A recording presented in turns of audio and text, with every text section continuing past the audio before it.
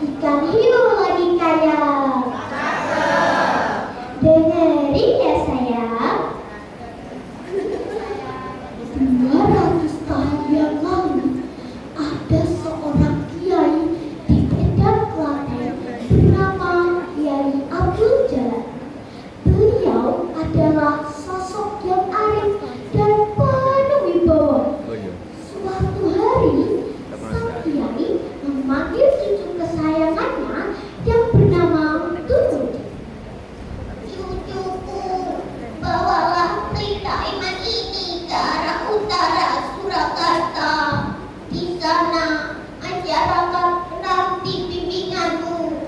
Pergilah dengan restuku. Dengan hati yang teguh dan bekal ilmu agama yang kuat, Turmudi memulai perjalanannya menyusuri aliran sungai Bengawan Solo menggunakan sebuah perahu. Srek, srek, srek. Namun, perjalanannya itu tidaklah semudah yang dibayangkan. Banyak kali rintangan. Alam seolah ingin menguji nyali Turmudi.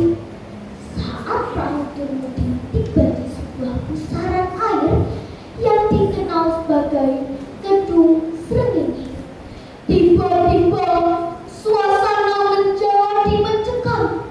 Angin berhenti bertiup. Wush, wush.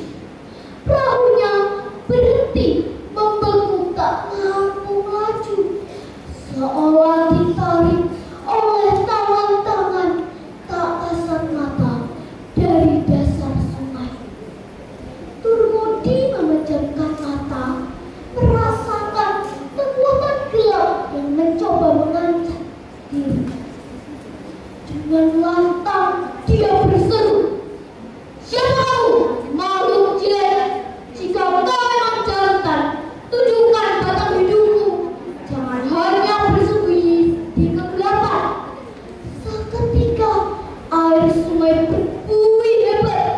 Dari kedalaman sungai muncul sosok yang mengerikan, bertubuh manusia dan berkaki kuda.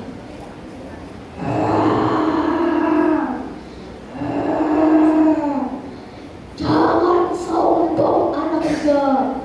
Kau telah lancang memasuki daerahku. Kau boleh lewat, tapi dengan satu syarat. Kau harus bisa mengalahkanku.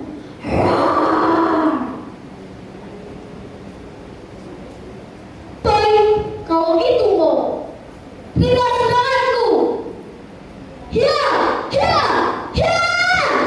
Kilatan logam keris itu beradu dengan kuku tajam saja. Berkat keteguhan iman, Turmudi berhasil menaklukkan jin tersebut. Ampun Tuhan, aku mengakui kehebatanmu. Izinkan aku mengawal perjalananmu sebagai bentuk pengabdianku. Akhirnya, Turmudi melanjutkan perjalanannya dengan jin tersebut. Srek. Tapi anehnya, perahu itu melaju kencang melawan arus ke arah Kali Cemara, hingga perjalanan berakhir di sebuah batu besar di pinggir sungai. Makhluk itu berhenti dan berkata, "Tuhan, inilah batas kekuasaanku. Aku tidak bisa mengawalmu lebih jauh lagi." Sebagai bukti pertemuan mereka, mereka menapakkan kakinya di batu tersebut. Dan batu ini sekarang dikenal sebagai Batu Seliek. Turmudi melanjutkan perjalanannya tanpa dikawal jin tersebut menuju ke hutan terdekat yang bernama Alas Jogopaten.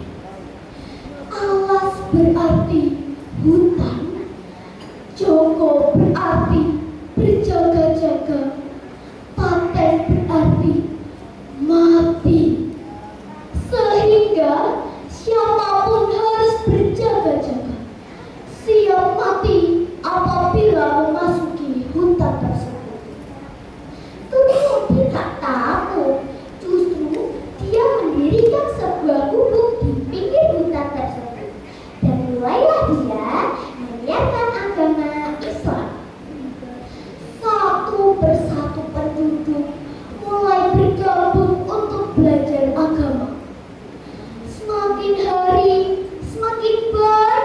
datang untuk mendengarkan siar agama yang dilakukan Turmudi.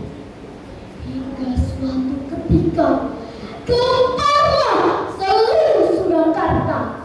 Raja Bengkulu IV dinyatakan hilang di alas Jogopaten. Beliau sedang mencarikan daging hijau untuk sang istri yang tengah mengandung. Prajurit berbondong-bondong mencari, tapi tidak ditemukan. Hingga prajurit mendengar kehebatan Turmudi. Prajurit pun bergegas menemui Turmudi untuk meminta bantuannya. Berkat bantuan Turmudi, raja ditemukan sedang terduduk lemas di bawah pohon yang dikelilingi makhluk halus. Dengan sekali hentakan doa, makhluk itu berlari tunggang-langgang. Akhirnya, Turmudi berhasil membawa sang raja keluar dari maut. Turmudi, terima kasih atas bantuanmu. Berkatmu, aku bisa keluar dari maut. Untuk itu, aku hadiahkan tanah ini kepadamu. Akhirnya, Turmudi membangun tempat tinggal dan sebuah masjid di tepi sungai yang bernama Masjid Jami Kiai Abdul Jalal.